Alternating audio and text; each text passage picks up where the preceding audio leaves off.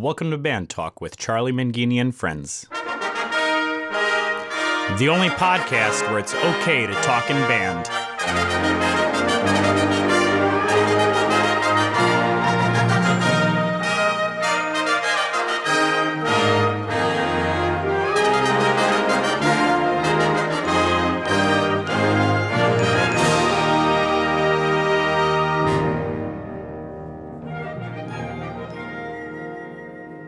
On this podcast, you will be able to hear conversations with some of the greatest names in wind band conducting, composing, and arranging. We'll also visit with great college, high school, middle school, and elementary band directors to get their thoughts on various aspects of being a band director. We'll have regular check-ins with instrument specialists, music dealers, and instrument repair professionals. And if that's not enough, we'll even have regular conversations with Dr. Tim, who will help keep us motivated.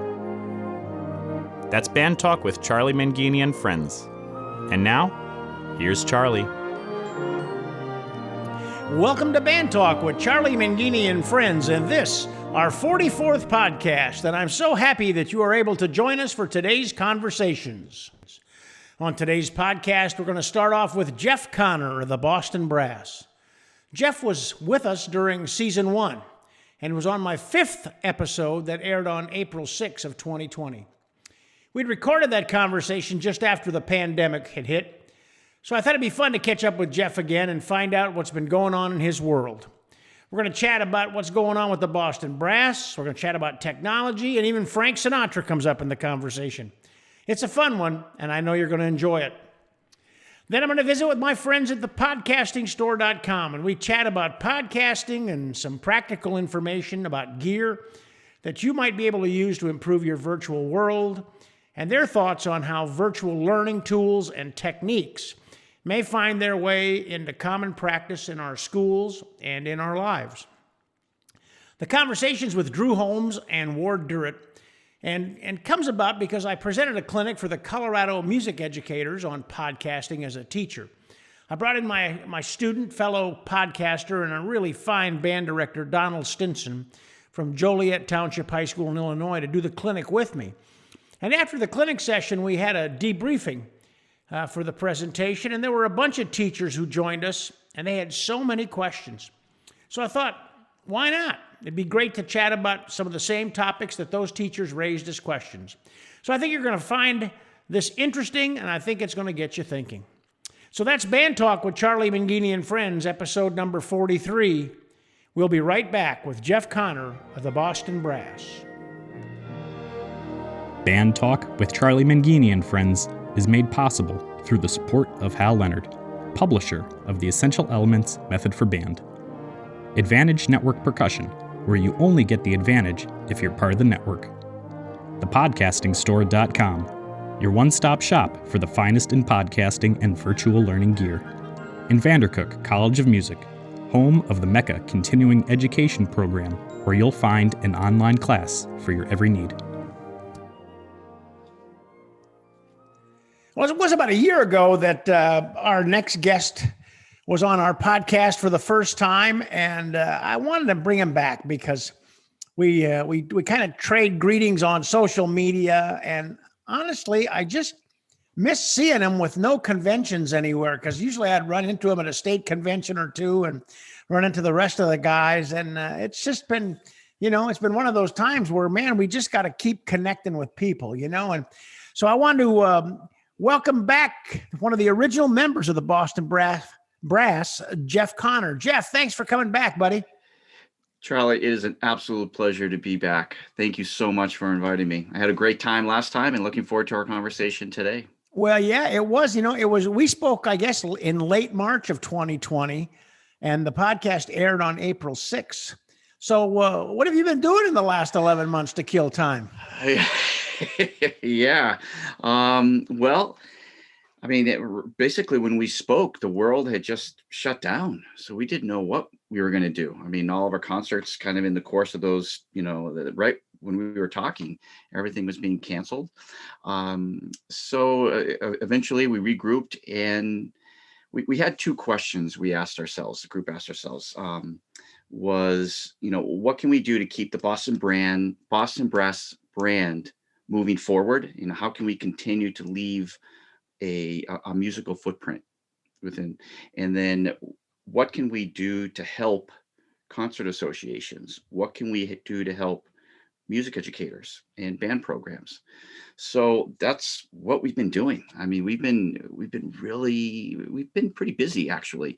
Um, we were very fortunate to, in October, we went to Michigan, Northern Michigan, and did a live stream concert to 30 presenting organizations all around the country and their audiences. We've been making music videos just from home, and all the guys are all different parts of the country, so we've been doing some music videos. In terms of for helping band programs and just music education, we came up with these flex arrangements.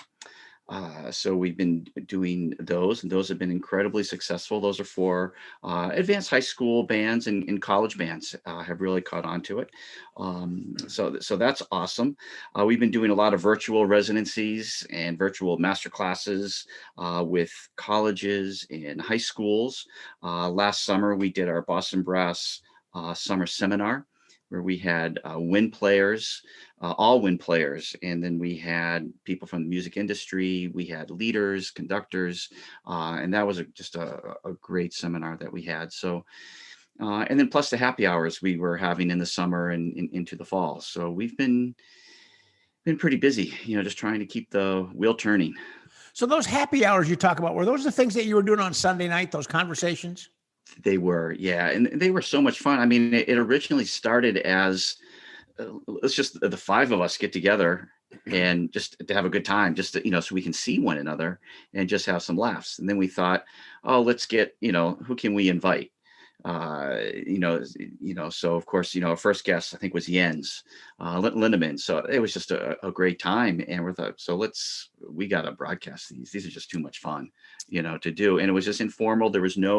We didn't go into it with an agenda, at all. It was just friends, and it just kind of took off, and we went all summer. We had all, friends of ours, kind of brass players at first. And then we did 5 or 6 happy hours with some just dear friends of ours, college band directors.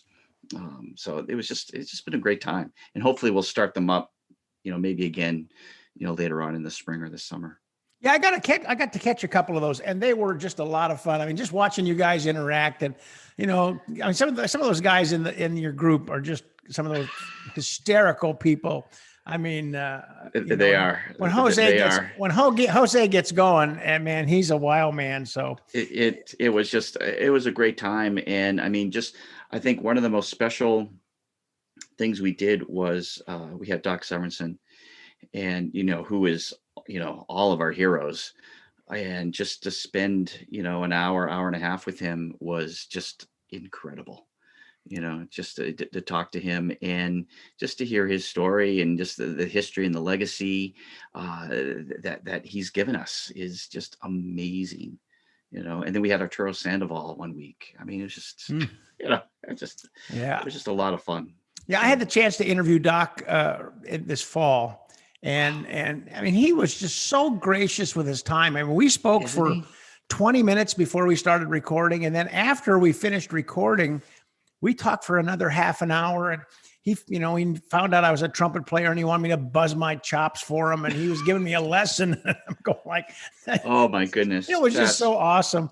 It was just so that awesome. Is fantastic. Yeah, that is so exciting. So, when you're around those people and you're having those conversations, and you look back at that, what do you glean from it? What's the one big takeaway from that? What do you learn from that when you're really dealing with the greats?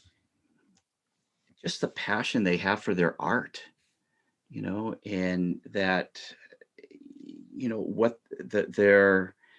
what they've done for us, and the imprint and footprint that they've had just on not just the musical community, but for the world. We always telling, young music students, middle school and high school band, just, how important they are being part of that band community. And, they're making the world a better place every day just from being in band. And these people have done it.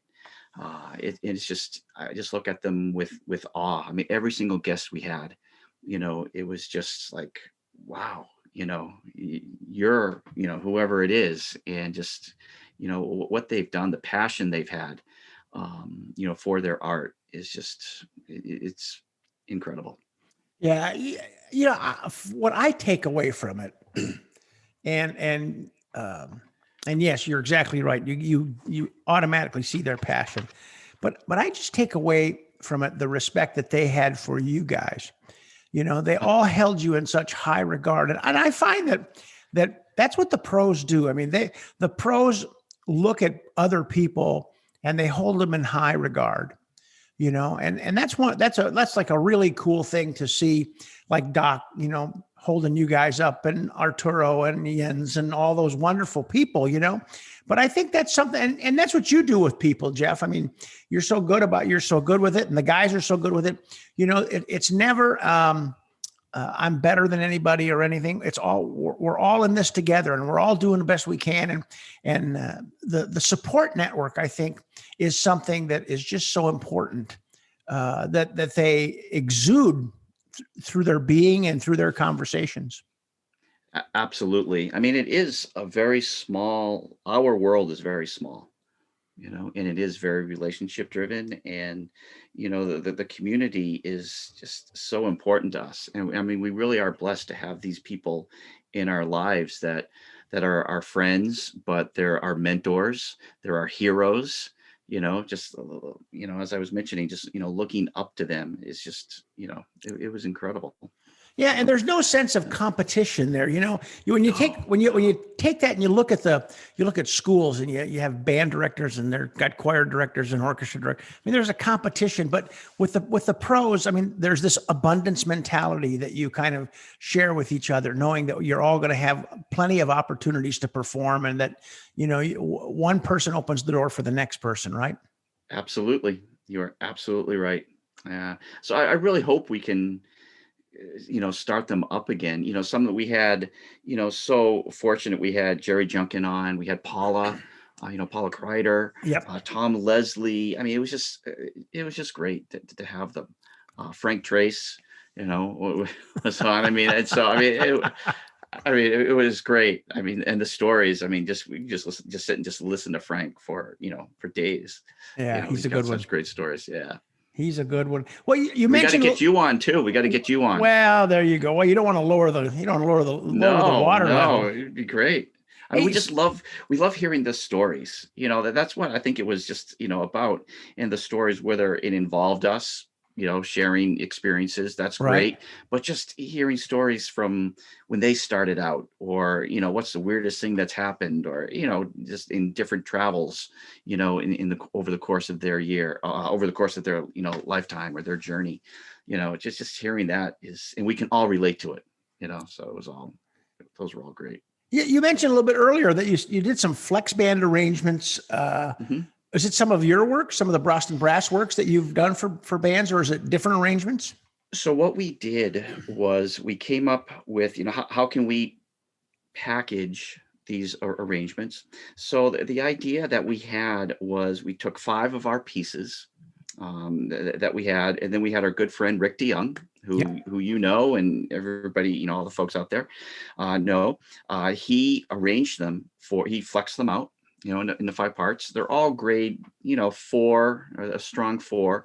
And so what we did is we had a package of 5 tunes, and we kind of thought of it as a mini concert in a box, if you will. So you could play basically all 5 pieces work, have a nice flow to it for our program. And then there are student introductions for each piece. There are rehearsal techniques, rehearsal suggestions for every piece. And then just a few weeks ago, we just came out with the Spanish version.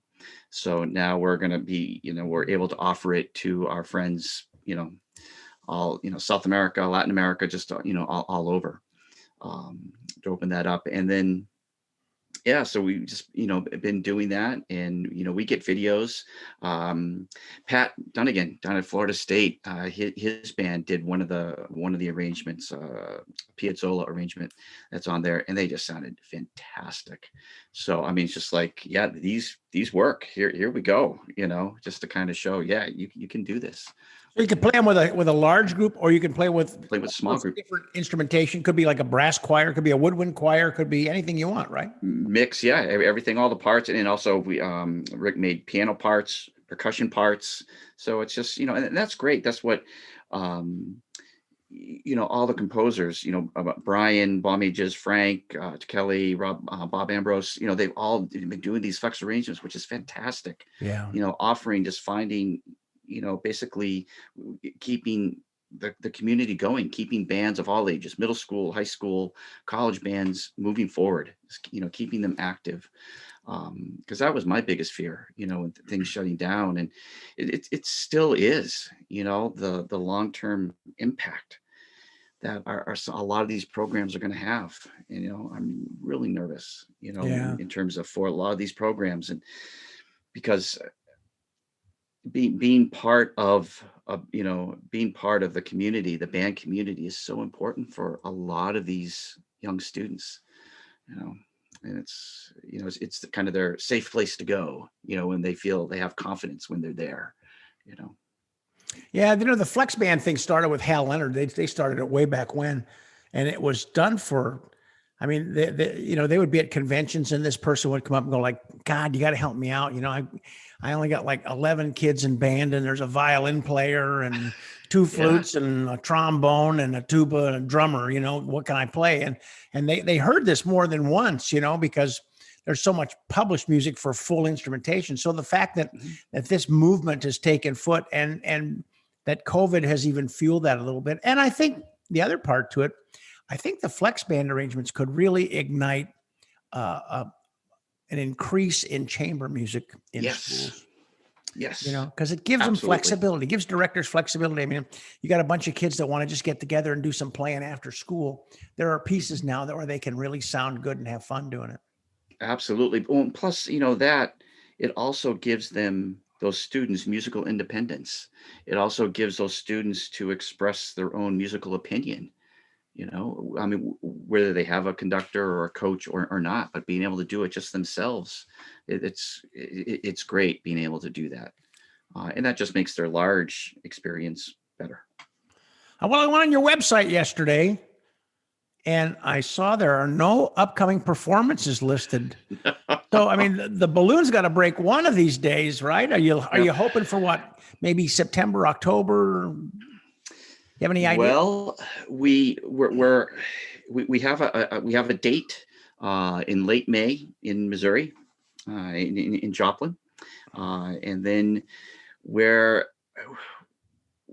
hoping to go to Thailand in June, but that depends on their quarantine and how things are going, and of course, it all depends on the vaccines. How if all of us are vaccinated and right. Just where we are. But we have some things over the summer, that we're doing. We'll be part of ABC, which is always a privilege to be there. We're going to be doing the Kappa Kappa Psi National Convention in Michigan, up in Grand Rapids. And then by the fall, hopefully we're moving again. Yeah, we can back to normal. I don't know, but at least we're going out and doing more live things. That's great.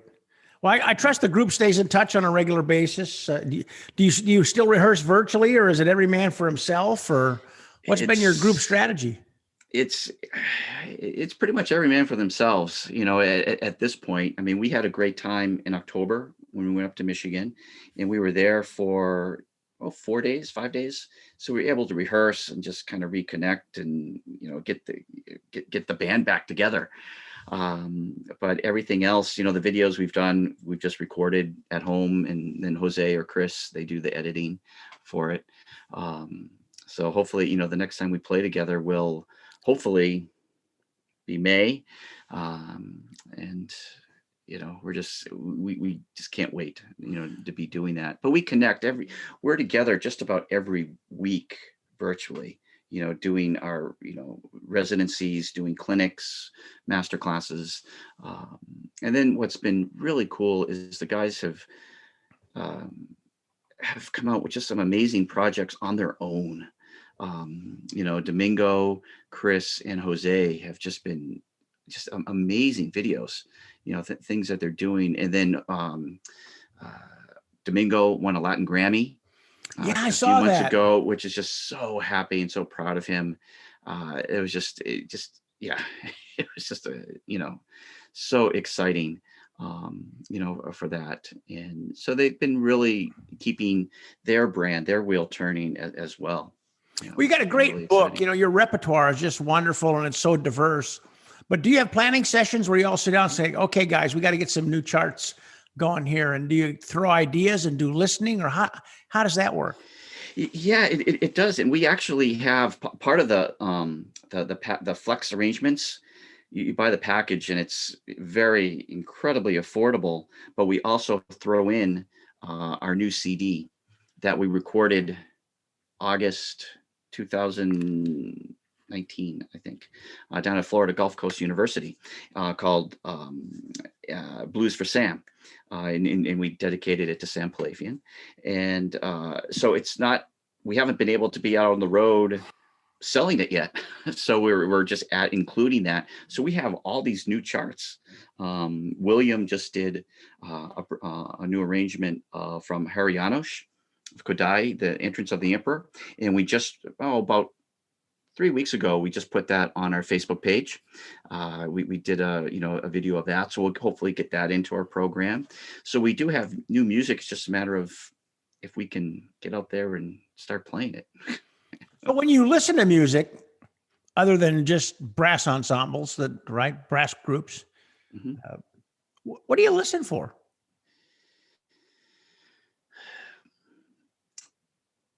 A lot listening has really been doing a lot of proactive listening over the last few months. Personally, I mean, when I'm just listening to music, I mean, it's all about, listening to phrase, just listening to great groups or listening to great musicians, listening to interpretation, listening to phrasing. But what's really been exciting for me over the past, especially the school year, is been doing a lot of teaching and introducing students to music, the classical music that I know they have never heard before. Just working with a lot of inner city students. And so it's really been a lot of fun to send them short clips of, just this past week alone, all my students have received, there's a, from the 1975, the Boston Symphony Orchestra with Seiji Ozawa. They're showing this week Mahler 2. So they put a short clip, like the last 3 minutes of Mahler 2. So I sent it to my students, listen to this. They also put on from mid-1980s, John Williams conducting the Boston Pops doing Some of the Heroes that features my teacher, Tim Morrison. So I send that to them and tell them that's my teacher, so just introducing them to music that, I sent them, the video came up recently of Al Hirt on the Lawrence Welk show. And it's like, you got to hear this guy play. I mean, it's just like, it's incredible. Or there's a great YouTube video going around of Frank Sinatra and with the Quincy Jones Orchestra, a live studio recording, a tune going After You're Gone, that it gives, the hairs on the back of your neck just flare up. I mean, it's just so exciting. So it's just, that's really gives me lots of joy to be able to introduce students to music that they've never heard before. Now, whether they love it, keep listening to it, that's okay, but at least they've heard it. And then we can talk about it, why you liked it, why you didn't like it, and yeah, a lot of it's going to be trumpet heavy, but that's okay. Nothing wrong with that at all. So, Yeah, that Sinatra piece you were talking about with him and Quincy Jones. That's off the "L.A. Is My Lady" album, and that is just a killer album. I had got that when it first came out, and I'm telling you what, they got the Brecker brothers playing on there, and there's one of the tunes that Frank even goes through the band, and he's like naming the guys that are in the band. But that is George Benson is in it. Oh yeah, I mean it's. Yeah, that is Lou one Solof's playing smoking trumpet. record. Yeah. Oh yeah, it's great. And then this video after you gone. If nobody's seen it, check it out. I mean, at the end, I mean, just Sinatra's, just what he says. I mean, just like sheer jubilation. I mean, just like he had a great time doing that. Yeah, it's like a mic drop at the end of that. Like exactly, yeah. And yeah. That is awesome. Well, you got any other favorite groups or artists? Other than orchestras or? Well, I mean, I'm old school. Earth, Wind and Fire, Tower of Power. Chicago, Blood, Sweat and Tears. Those are the best. Those are the best. Last year at the NAMM show in January, right? Earth, Wind and Fire, Tower of Power, same bill, same night. I mean, I was in heaven. It was incredible. It was incredible. Yeah, that was something. To see that. I've seen Tower of Power a bunch of times. I'd never seen Earth, Wind and Fire. And it was just, it was amazing. And then they had a full brass section, Wayne Bergeron back there. I mean, just lighting it up. It was great. Yeah, it was a lot of fun. I had a chance to see Earth, Wind and Fire in Florida about, I don't know, maybe 4 or 5 years ago. And they did their show and it was like, oh my God, these guys are great. And I kept going like, I want to hear In the Stone, right? And so they finished the show and then they come walking back off and that was their encore. And it was like they were just all got brand new chops while they were off stage for 30 seconds. I mean, it was fantastic. My favorite recording of In the Stone is a live recording they did in Rio de Janeiro. And they just, that brass fanfare opens up that introduction and you must hear, I don't know how many hundreds of thousand people just screaming. And it's just, yeah. I mean, it's like that puts you in a good mood. That just puts you in a good mood. Yeah. Well, just in the past day, we lost Chick Corea. I know. What kind of influence did he have? I'm sure you listened to his stuff, and I mean, he's everybody, right? Yeah, absolutely. Just thinking, La Fiesta. Just one of my favorite tunes. I was listening to or watching a video earlier today. The piece that he did with orchestra. That there's a YouTube video on. I was watching that Continent, I believe it was called, and he had full string orchestra with winds and brass, and it was beautiful. And just hearing him talk about the joy and passion that he had writing it and why he wrote it, again, just one of those people that just, the impact and influence he had on people, on musicians, on his generations to follow will just, everlasting. Yeah. He was a journeyman that was just an artist of the highest level and never sought the spotlight and just, I think his value will increase now that he's gone. I think people will, absolutely, find more of them. Okay. This is a left field question for you. Okay. So how come, like, when you get to the chamber ensembles, like Boston Brass or some of the other ones, how come they never play country and Western music? So both kinds, right? Both kinds of music. Yeah. Well, I will tell you, we have played country music. We have back, I don't know how, it was a few years ago at the NAFME convention. We played with a country singer, Ray Lynn. Rick DeYoung did the arrangement, and it was with her band, and we did the brass parts. And we had a great time, just, incredible singer. But that's in terms as far as we have gotten in the country Western world of music. Okay. Well, but we've stuck our toe. We stuck our toe into it. So yeah. How about you ever thought about adding a rhythm section or maybe at least a percussionist absolutely. We've worked with lots of percussionists, lots of great drummers. Dr. Tim has played with us. John Whitman. Let's stop for a minute. Dr. Tim is one hell of a percussionist. He's a hell of a musician, He is. He's played with us a couple times. Oh, that's great. That's great. He's played with us a couple times. John Whitman's played with us a couple times. Yeah. And Steve Gadd has played with us. We recorded with Steve Gadd on one of our albums a few years back. And then usually our main drummer is Dan Hostetler from Columbus, Ohio. Mm-hmm. And he's been with us for years. And every time we bring him out when we do our big band holiday show, Mhm. or if we go out and play with an orchestra, we usually bring him out. That's So, great. but yeah, we love working with rhythm sections, with drummers, and it's always a good time. Yeah. Uh, You're probably not old enough to remember this, but back when I was in college, which is in late 60s, early 70s, Don Ellis had his big band. Remember that? Don Ellis, all his mixed meter stuff. And he was playing on a quarter tone trumpet, and at about the same time, there were players that were affixing electronic devices to their trumpets that were like multiphonics, multiplexers, I guess they called them. Have you guys ever experimented with adding something electronic to the group, going beyond the acoustic to other kinds of? I mean, I'm just to expand the palette, to expand the whole Yeah, timbre thing. honestly, that's a great question. Honestly, we haven't, but that's not to say we've closed the door to it. I mean, we're open to anything. I know Chris, back, I think it was on New Year's Day, or maybe, yeah, New Year's Day, he premiered a horn concerto. It was for horn and electronics.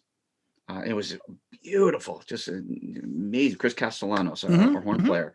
And I'm sorry, I forget the name of the composer, but I know he did that, had a great time doing that.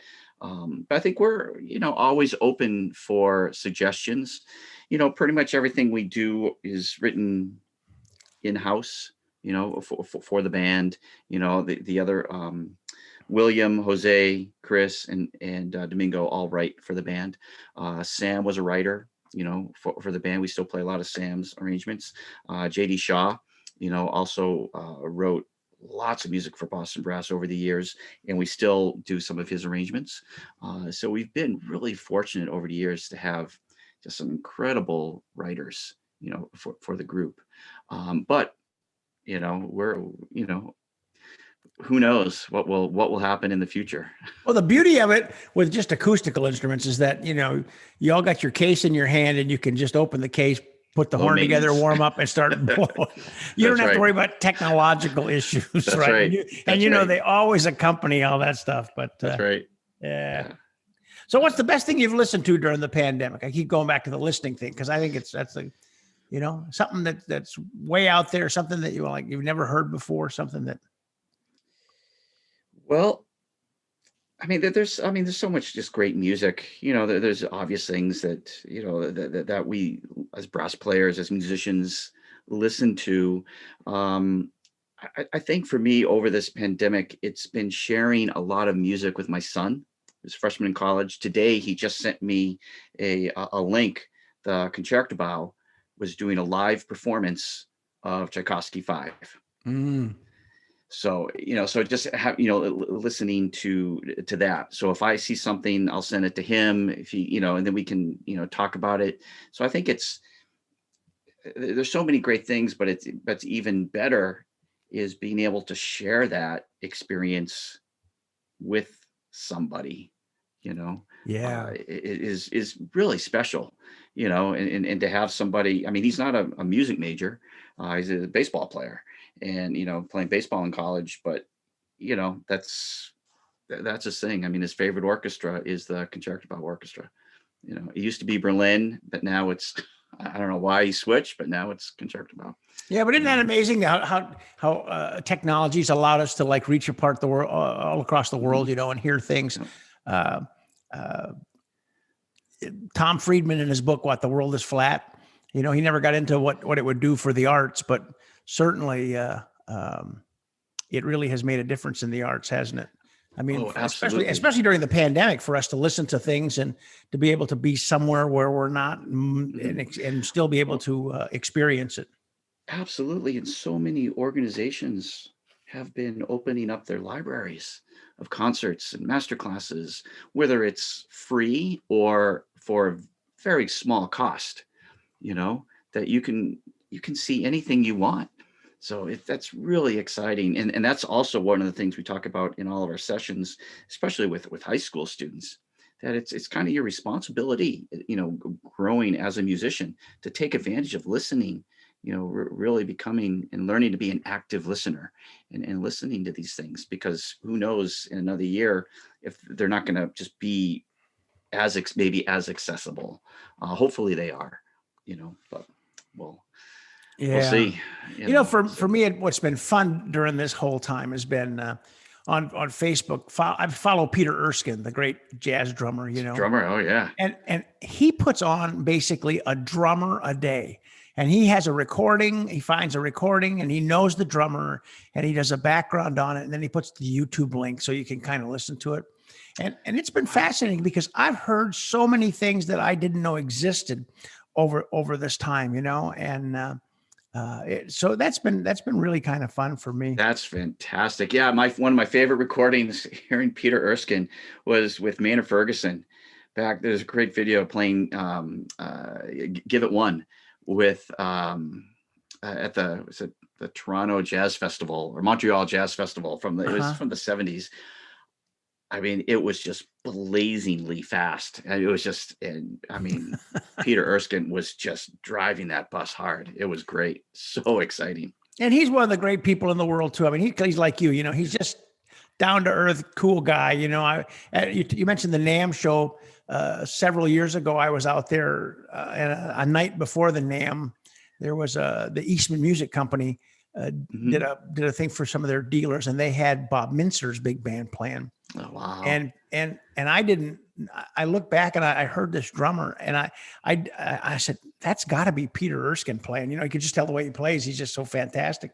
And so when they had a break, I went over and introduced myself and talked to him. And it was like, God, he had known me my entire life. He didn't know me from a bale of hay, but kind of full circle here, just the cool stuff. That's awesome. Well, same at the NAMM show last year. I was, at the hotel we were staying at having lunch, and this is going back a long time ago. We recorded with Steve Gadd, and because he lives in Arizona, and that's where we were recording. And so he came and spent a couple hours with us recording a few tracks, and probably thinking, why am I recording with a brass quintet? What is this? And I think he had a really good time. But last year at the NAMM show, he was sitting there having a bite to eat. I'm like, oh, there he is. So I went up and I said, I introduced myself, Mr. Gadd.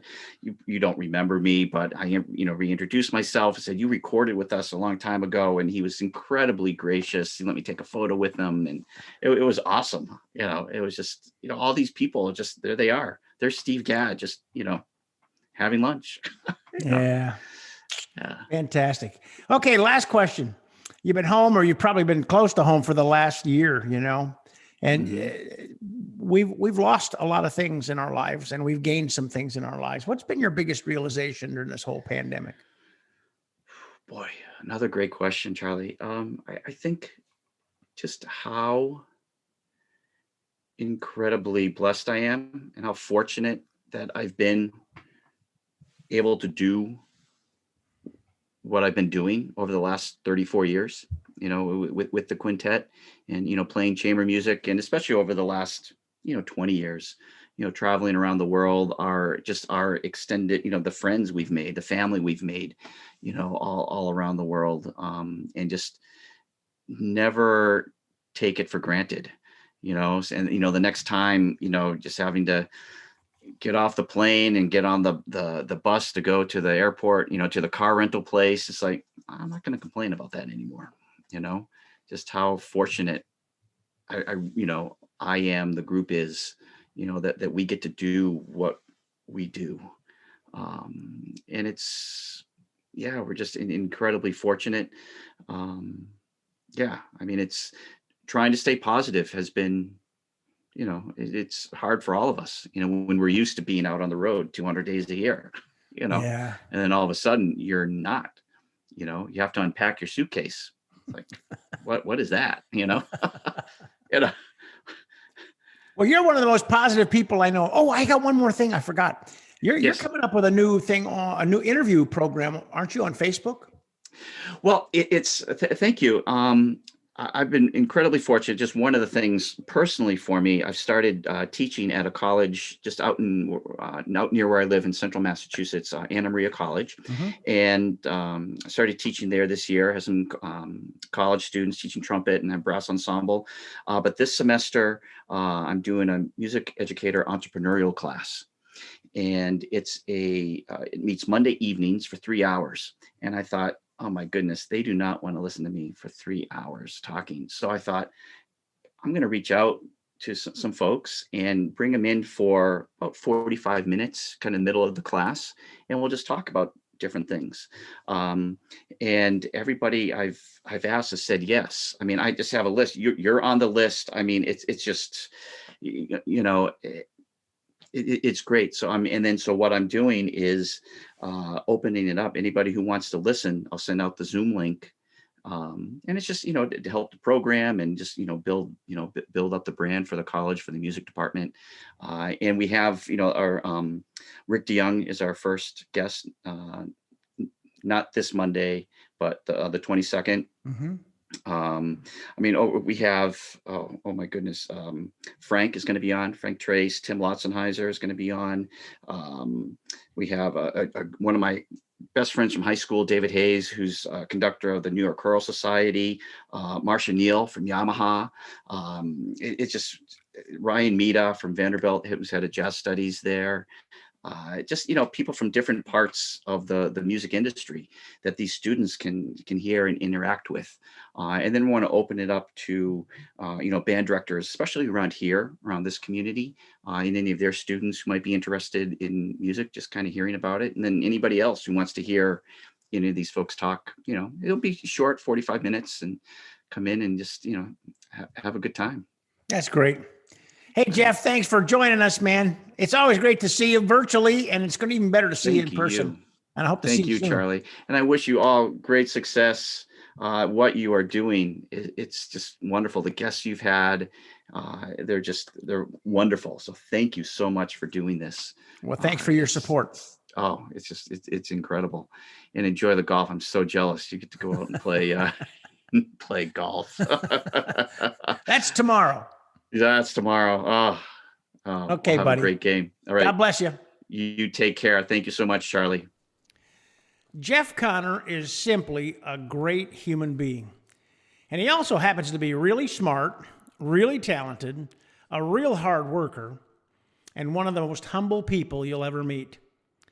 To hear the respect and reverence he gives his colleagues and mentors, man, it's just a lesson on being a professional.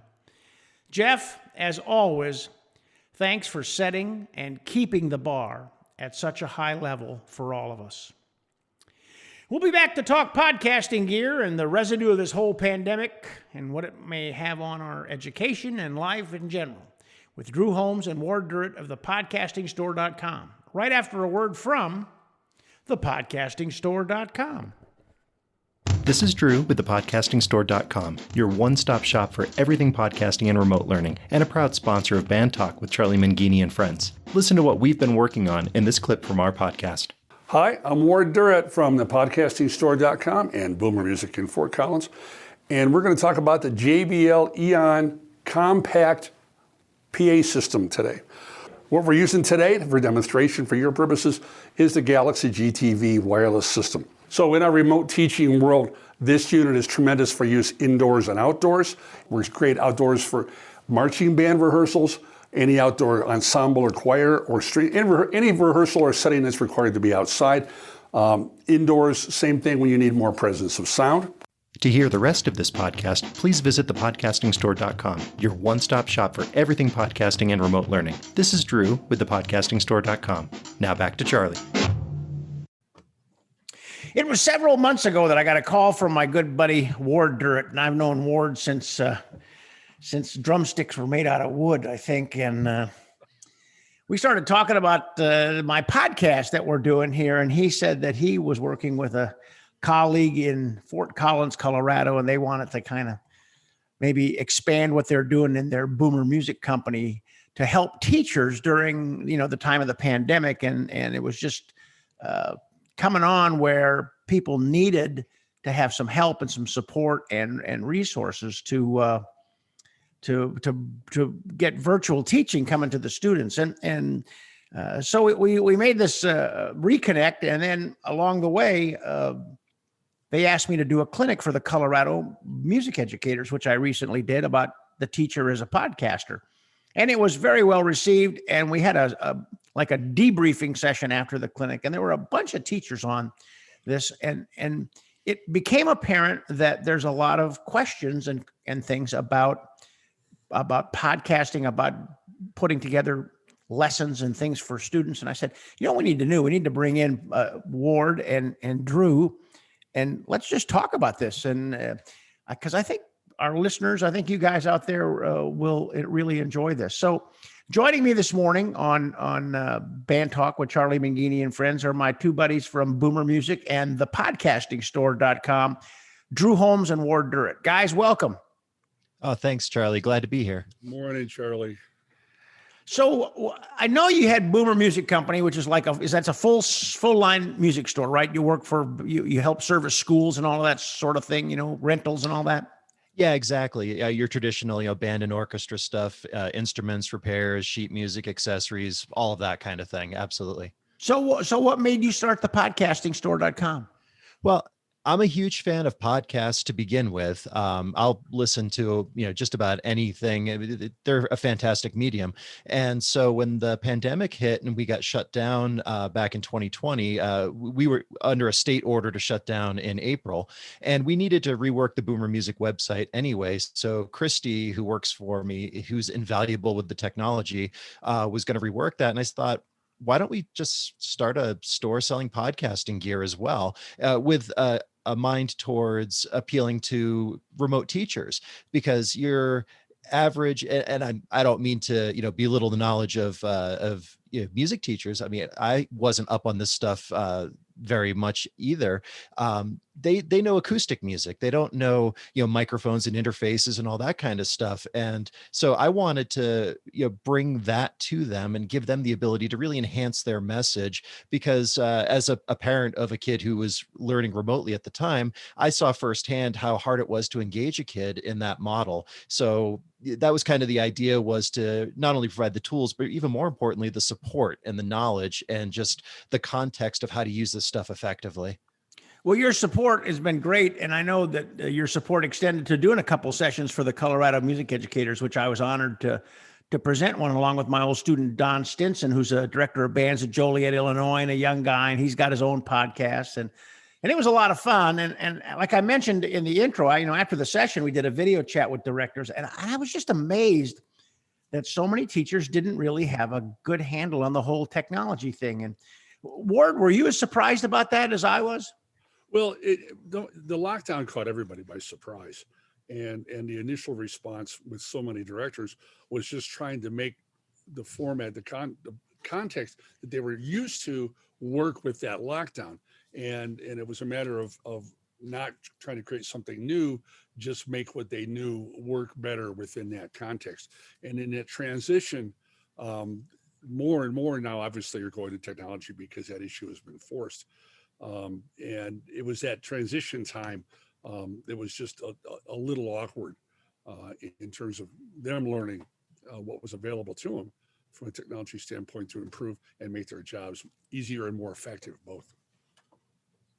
Yeah, the whole podcasting thing has gone nuts. I mean, there's got to be millions of podcasts out there from everything. I mean, you find a topic and there's a podcast for it. I mean, it's been a really big thing. It might be the new stamp collecting craze, I know when I was a kid, that shows my age, right? But I think in addition to podcasting, the pandemic has brought some challenges for teachers and students with remote learning. And as we know, podcasting, which is a formal term that scares people, but it really shouldn't scare people. It's just a matter of making a recorded kind of message, whether it's video, audio, whatever it is, both. But podcasting, or at least the techniques and equipment used for podcasting, I mean, they've been a godsend for teachers. They've really helped to allow remote learning happening. What have you been hearing from teachers in your area, Drew? So in my local school district, Thompson School District, here in Loveland, Colorado, the teachers have been using the Google suite of products, so the Google Teams and things like that. When my son in the spring was starting on remote learning, it was really a patchwork of it, and it was an unfair situation for the teachers to begin with. I mean, you figure you start off, early on learning an instrument and playing it and doing band or orchestra, and then you go to school to become an educator. You spend years honing that craft. Now all of a sudden you're told everything you learned is completely different and you got to change. So the adaptation has been really tricky, but the districts have invested in some equipment, wireless microphones and PA systems and things like that, which really have helped as we're returning to in-person, so you can distance out the kids but still be heard in the classroom. So that's one of the ways that they're leveraging the technology. Another one of the teachers here in town, he unfortunately wasn't able to teach his classes in person, but he still had to be in the building. So he was having to deliver his content asynchronously, which I know is a very, fancy term for not at the same time that you're teaching it. And so he had to, do stuff in school and then record individual lessons and group lessons and deliver that content to his kids. So everyone's just kind of figuring it out as they go. But that's kind of the way that I've seen directly the teachers really leveraging the technology to, do the best that they can to still educate the kids. Yeah, Ward, I know you're on the front line. I mean, you talk to teachers all the time, and as part of your job there, what are you hearing from them? Well, you made the interesting analogy about the term podcasting, and how that relates to remote teaching. And podcast, it's just a matter of gathering content and presenting it technologically, big word, as opposed to face-to-face. So every teacher gathers content and presents it face-to-face. Now it's just a matter of changing that mindset. So it's done again, as Drew said, and I can't get the word out. Asynchronously. Thank you. Okay. Like that, and using that method. And it's not necessarily podcasting. It's just that the methods are parallel. My daughter, who teaches at the university level, has been doing this for a while. She teaches film production. So it's a natural tie-in for her. But she does it asynchronously as well. It has been for a while, because she deals with graduate students on that level, and they have to be ahead of that game. So she has to present it before they deal with the specific issue. So it's just a matter of changing that mindset over. And everybody here is making the adjustment really, really well now. So now we just get to support it, which is a great avenue for us. And the veteran teachers, I won't call them old, I'll call them veteran teachers. There's a certain stigma about technology. I mean, Ward, my wife Wanda, she's Yes. one of the greatest people, and she is the greatest person in the world. And she was a home economics major, so she was into sewing, fashion sewing. Put her at a sewing machine, and man, she can do anything with it. The thread can jam and the bobbin can do whatever the bobbin does. And that thing can just lock up, and she'll go, and she'll get in there and she'll move this and do this, and she'll stay with it to work on. You put her in front of a computer, and if she gets one of those pop-up messages that says, whoa, you need to do this, she freezes because she's afraid she's going to break the computer. So when teachers call you and they say, you got to help me out here, what are their common problems? What are you hearing when they contact you? Inexperience, not having done it enough, and having a fear of getting in front of the camera, getting in front of the computer, and just getting lots of material out there. And as they do it again and again and again, they just get better at it. And it's just a matter of that being put in that learning context again. And the more they feel safe with that, and the simpler we make the tools to do that, that tends to lock in and add to the success factor. The light bulb just came on, Ward. I mean, you mean to tell me when a kid buys a brand new instrument and they open it up from the case, they don't sound like a professional on day one? They have to practice? Is that what you're saying, Ward? They have to practice with technology? That's what I'm saying, Charlie. Yes. Well, and Ward, a great example of that was that video that we just did on TRS versus TRRS. I mean, that was a topic I was having a lot of trouble with, and it affects everything when you're connecting this kind of stuff. That you plug it in, the plug's the right size, it goes into the socket, nice and securely, but you get no signal. And a lot of people give up at that step, not understanding that there's just a little bit more of knowledge, not much, just a little bit more that you have to really effectively use this stuff. And if you don't know, ask a fifth grader or a kid that plays in the garage, and they'll tell you. Yeah, exactly. Yes. Yeah, it's just learning those little things that are specific to making this work. But there's still, as technology gets better, and now as we're finding out, the technology improves weekly, almost daily now. The manufacturers have succeeded in making it simpler and simpler and simpler. And so it becomes that part becomes less of an issue. The comfort factor is a separate discussion, but the technology part is becoming easier and easier. Yeah, I was completely technologically savvy for about 7 seconds in 1972. And then, and I'm still at about the 8th second, and they're in the 2021. But I remember, and Drew, you're going to help me out with this. You made a mention on one of the ads for the podcast that you guys are so gracious to support our podcast, and I really, really appreciate it very much. But you made a mention of setting up a system so that you could monitor your son's work while not being directly over his shoulder. And I thought that was like one of the coolest things ever. Can you share a little bit about that? Oh yeah, happy to. It was a very weird problem. So this was back in the spring. So Timmy was doing his remote lessons on an iPad, and it's hard enough for him to pay attention to that to begin with. And then we've got the 2-year-old Sammy, who's, very interested in what his brother's doing and, being a distraction. So we wanted to isolate Timmy from all the other distractions. So I put my headphones on him. Well, the problem with that then is we can't hear the teacher. I mean, he's 5. He needs constant help and support to be able to do the work. So that wasn't going to work. So then the idea was to split the output. So put like a splitter on it and have 2 sets of headphones coming out. Well, then the problem with that, if it was either me or my wife Jamie, is that then we're isolated from Sam and can't take care of him. So then I have open ear Bluetooth headphones, which are fantastic because you can listen to podcasts or whatever while you're driving and do all that kind of stuff safe.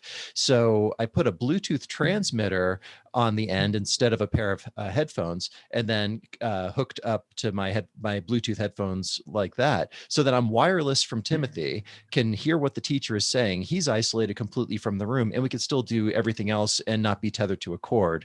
So that was one of the biggest first problems that I encountered. I think that was back in March. With this whole thing, and that goes back to the inspirations. Like, people don't have the background in this stuff necessarily. How would you even approach that problem? But so that was the way I solved it. But it was basically, how do you take one signal, put it into 2 outputs, and have one of them completely isolated? And that was the answer I came up with. So wait, talk to me a little bit more about this Bluetooth transmitter. So like, if I've got a device, let's say I stream my television with Roku kind of thing, right? And they've got on the remote, they've got a plug where you can listen to your TV through the remote with a headphone jack. If I had a Bluetooth transmitter and I plugged it in there, then I could get a set of wireless headphones and listen. Yes, absolutely. All you need, the 3.5 millimeter headphone jack, the output, you hook the Bluetooth transmitter directly into that, and it turns that signal into a Bluetooth signal, and then it can be picked up by any Bluetooth receiver. It's really slick. How much those things cost? About $35. Oh my God. Man, I know what my next purchase is going to be now. That Bluetooth thing is pretty amazing. I mean, it's crazy. I'm sure there's other products besides the transmitter that are out there, like, speakers and headphones and earbuds. What other devices can people get that they can connect through Bluetooth, Ward? Well, it's interesting because Bluetooth is the commercial name for just basically a very low-powered wireless signal on a UHF band. It's like a low-powered cell phone, same kind of power basis. And there's 2 different kinds. The standard kind of Bluetooth we run into now is what's actually called Bluetooth 4.2. But now what's coming on is Bluetooth 5.0. Bluetooth 4.2 basically has a range of about 100 feet. Okay, it's about 33 meters. Bluetooth 5.0 has a range of 1,000 feet.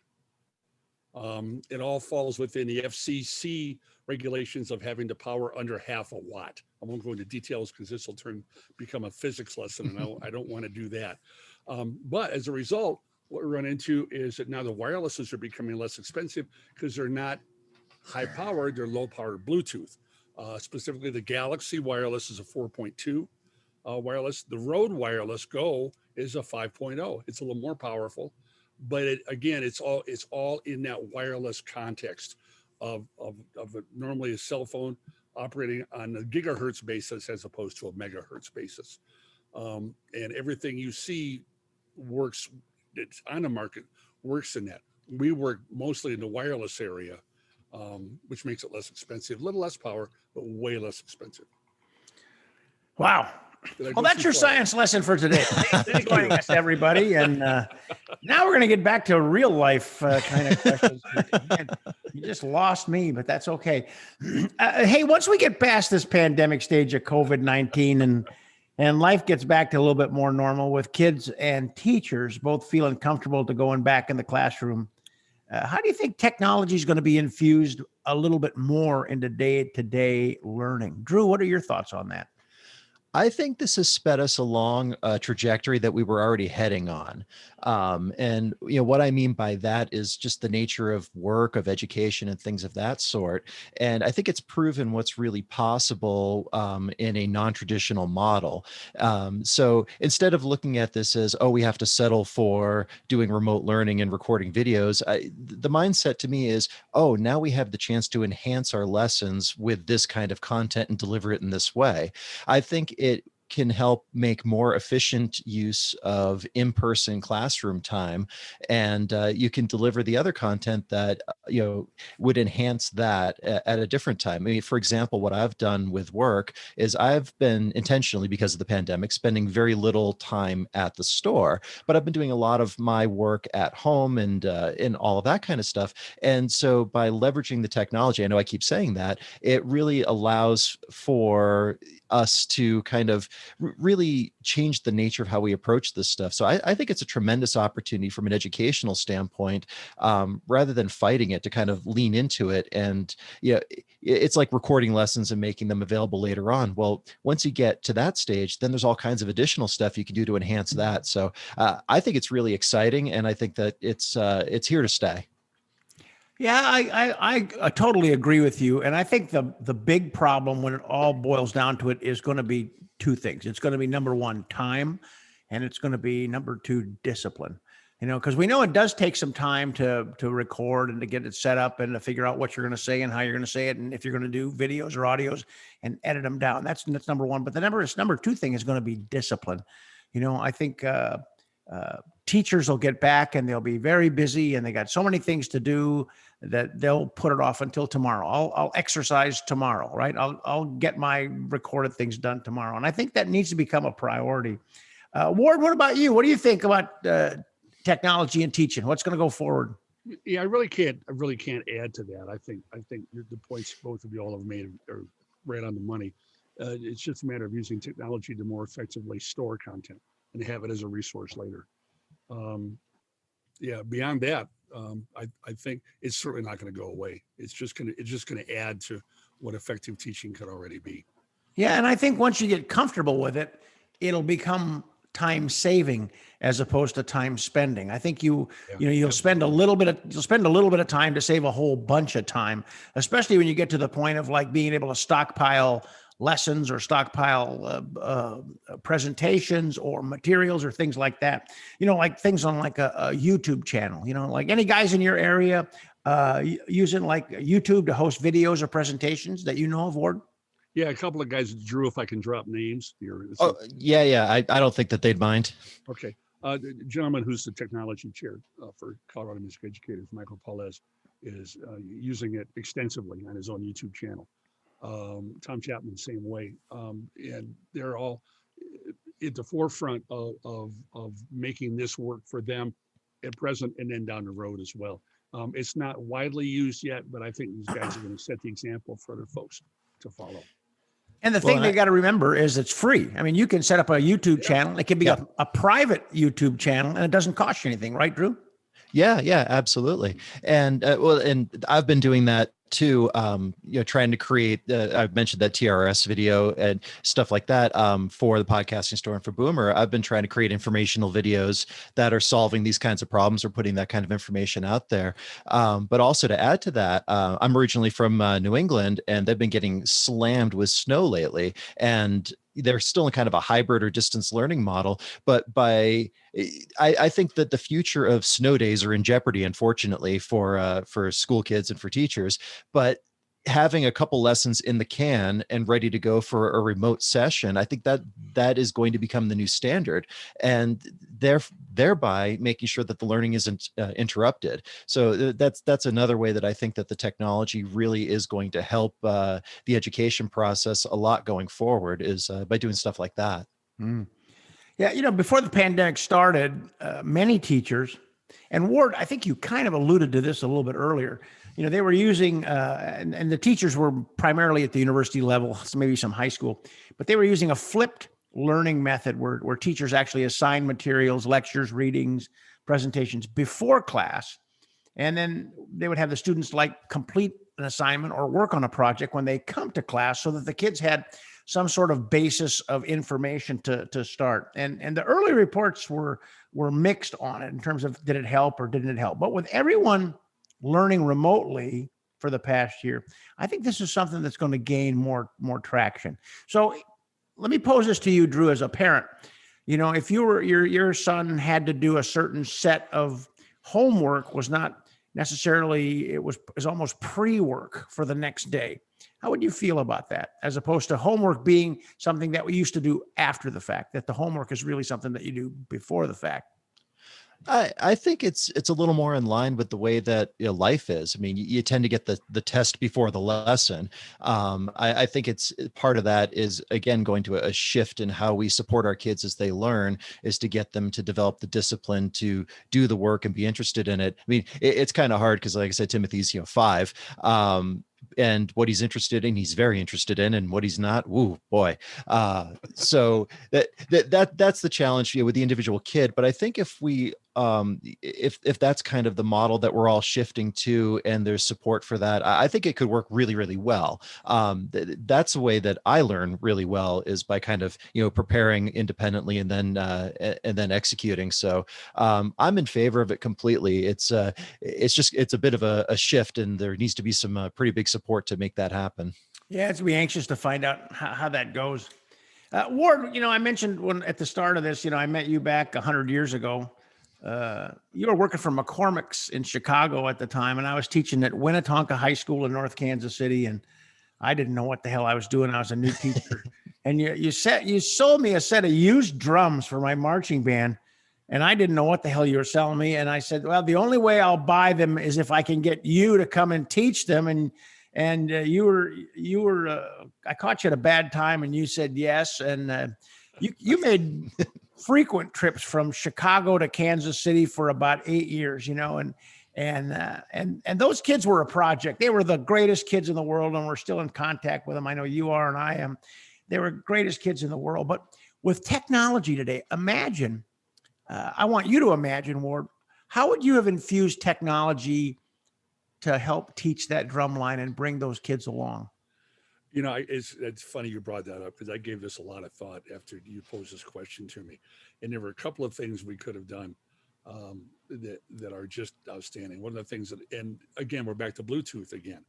You can run metronomes through Bluetooth and then through earbuds and have them, and it's already there. There's nothing to purchase. You just run a metronome that you can download as an app and send it out on Bluetooth, and the students can hear it through earbuds.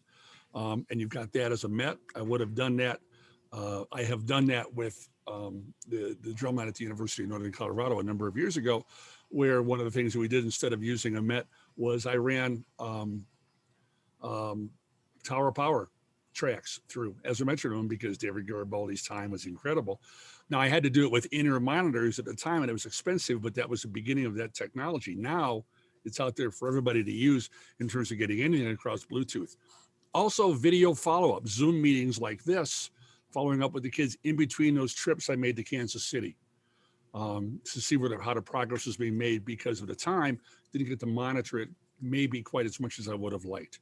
And this would have been a great advantage for me to get with the students individually and collectively to help them get better. They were motivated. That was never an issue. It was just a matter of follow-up. And those are two aspects that they could have been used very quickly, and I think very effectively. So how about a band rehearsal? I know that with our Essential Elements interactive website that we have for the method book, shameless plug there that I co-authored, students can record video and audio and then send it to their teachers.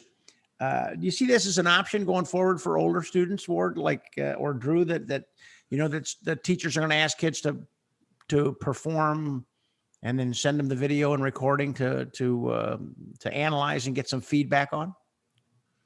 Oh, I'd say 100%.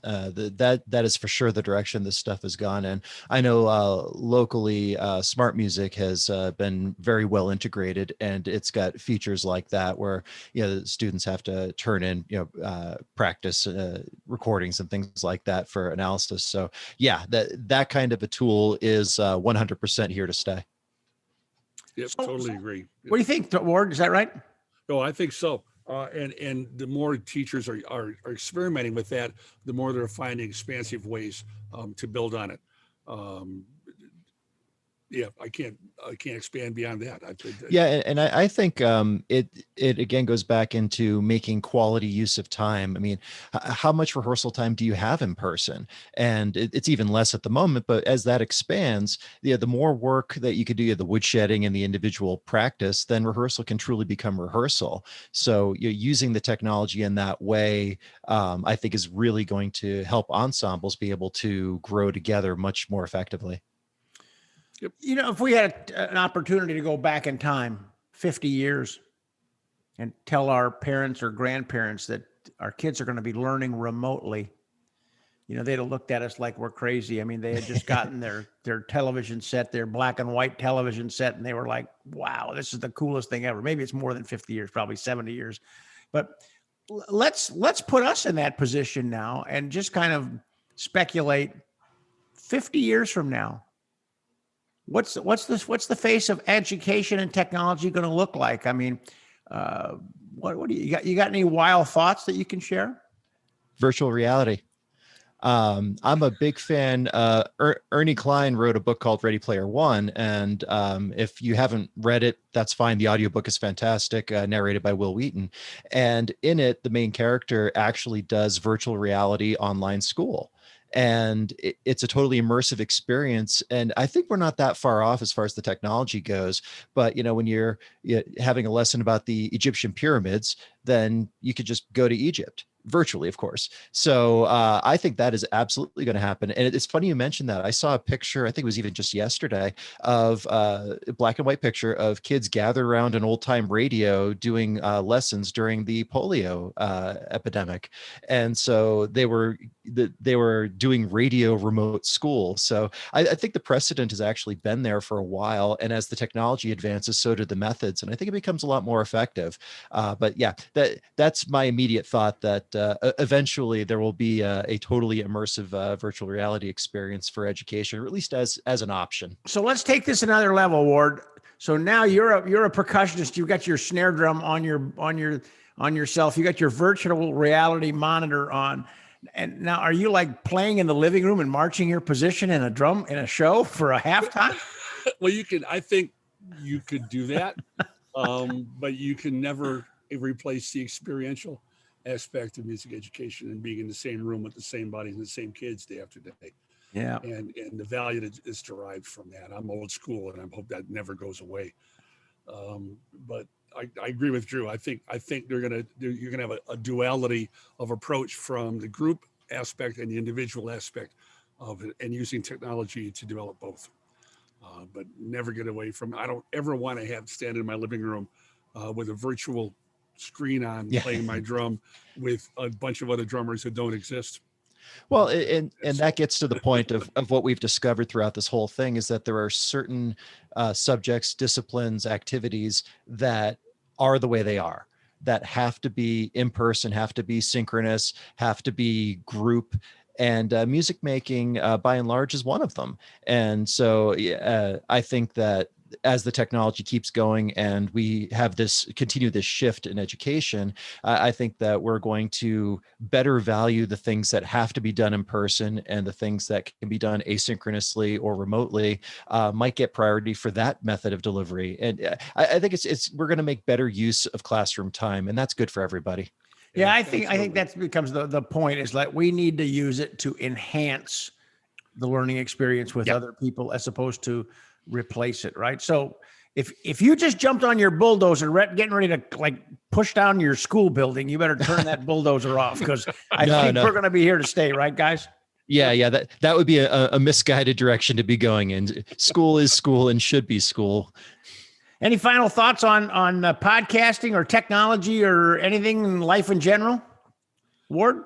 It's just, it's fun to be along for the ride and watch it grow and see what can develop. It's just developing so fast, so quickly, and staying on top of it is such an adventure.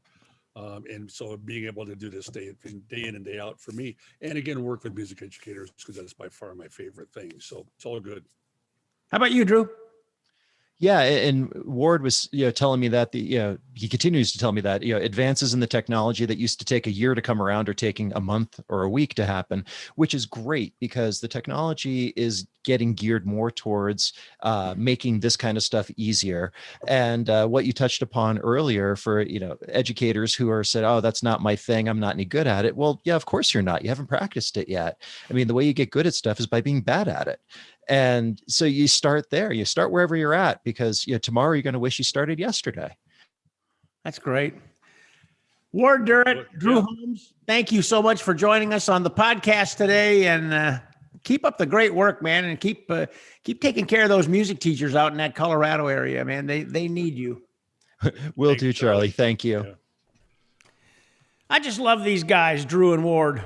It's always fun to chat with them, and it's always fun to work with service-minded people and to have a great resource to help. It's really neat. I'm continually amazed at realizing how much I simply don't know. A Bluetooth receiver that fits into a headphone jack so you can listen to your favorite recording, podcast, whatever, wirelessly. Man, I just need to learn so much. Hey, thanks for all the tips, Drew and Ward, and continued best in your work. Well, that's Band Talk with Charlie Mangini and friends. We'll be back with more great conversations. But until then, this is your host, Charlie Mangini, saying, thanks for listening. Thanks for listening to Band Talk with Charlie Mangini and friends. If you would like to send a question to Charlie or have a comment, please send an email to bandtalkcharlie@gmail.com. We hope you will let your colleagues, students, and friends know about Band Talk with Charlie Mangini and friends. Thanks for joining us, and we look forward to being with you again soon.